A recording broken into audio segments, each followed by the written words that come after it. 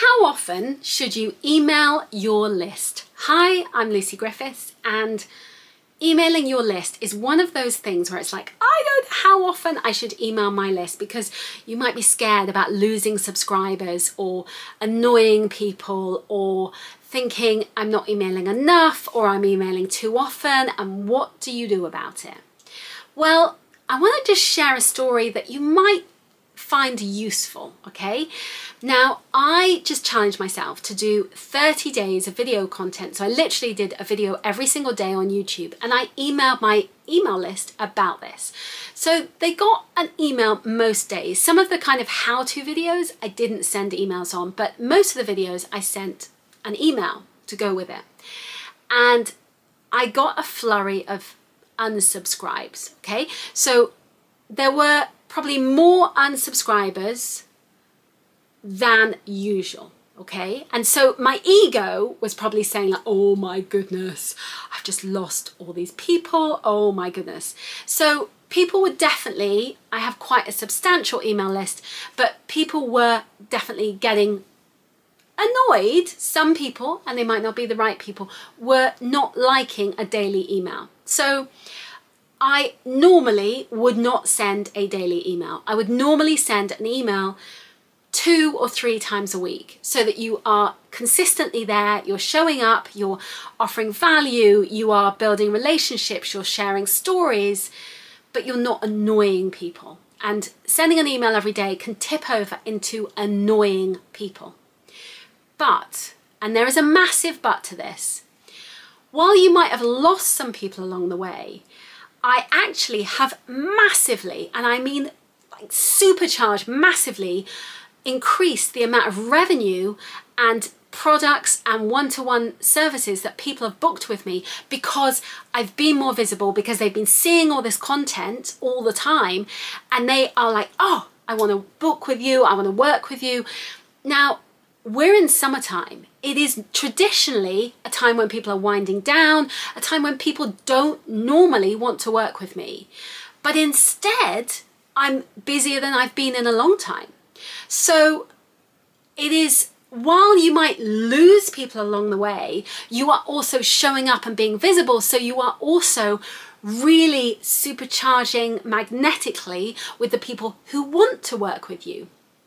So you've got to decide, okay, my ego might be like, oh no, I've lost some subscribers.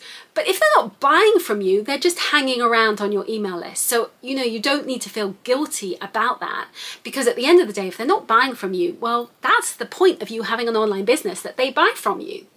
So that, I think, is a really interesting and kind of counterintuitive point to make.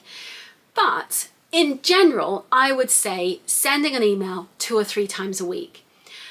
On the other side of it, I had about 6 months last year where I was not sending emails because I was going through a messy divorce, and I just did not feel up to it. I was kind of in my little cocoon and just about surviving and holding everything together, but I was definitely not in a like, ta-da, let's send an email kind of way. So my email list didn't grow, but I didn't lose subscribers. So there's a part of me that's like, oh, well, I didn't lose subscribers, but they weren't seeing my content. So it's no point having an email list if nobody sees your content. So the more that you share your content, you may lose subscribers, but that's okay, because there are other people who are going to be magnetically drawn to you who want to buy from you. And that's what the point of an email list is all about. So it's really important to show up, for people to see you and engage with you, for you to build trust. And that means it's a mix of sharing your expertise and your knowledge so that people see your content and they, you know, get to know you on that level. They see you as an expert, they want to work with you. But you also want to build a relationship with them, because remember that if you went to a networking event, or you were referred to somebody by a mum at the school gate, or someone you know from going swimming, or whatever it may be, you're going to have that referral, and then you start working with that person. Or when you meet someone at a networking event, you build a connection and you make small talk around a subject, you build that connection, and then that relationship grows and they might ultimately buy from you. But when you are in the online world, all of that disappears. And so you have to build connection through trust. And that trust is formed by being vulnerable, by sharing stories that they connect and resonate with. So for me, those stories might be about raising a child, or going through a messy divorce, or, which is horrible, by the way, it may be about swimming or moving to the country, or whatever is the things that you talk about, but having those subjects that you can build connection with. So people go, oh yeah, I really like her because she does this and I resonate with her. And that enables you then to move. You've built the trust, you've been seen as an expert.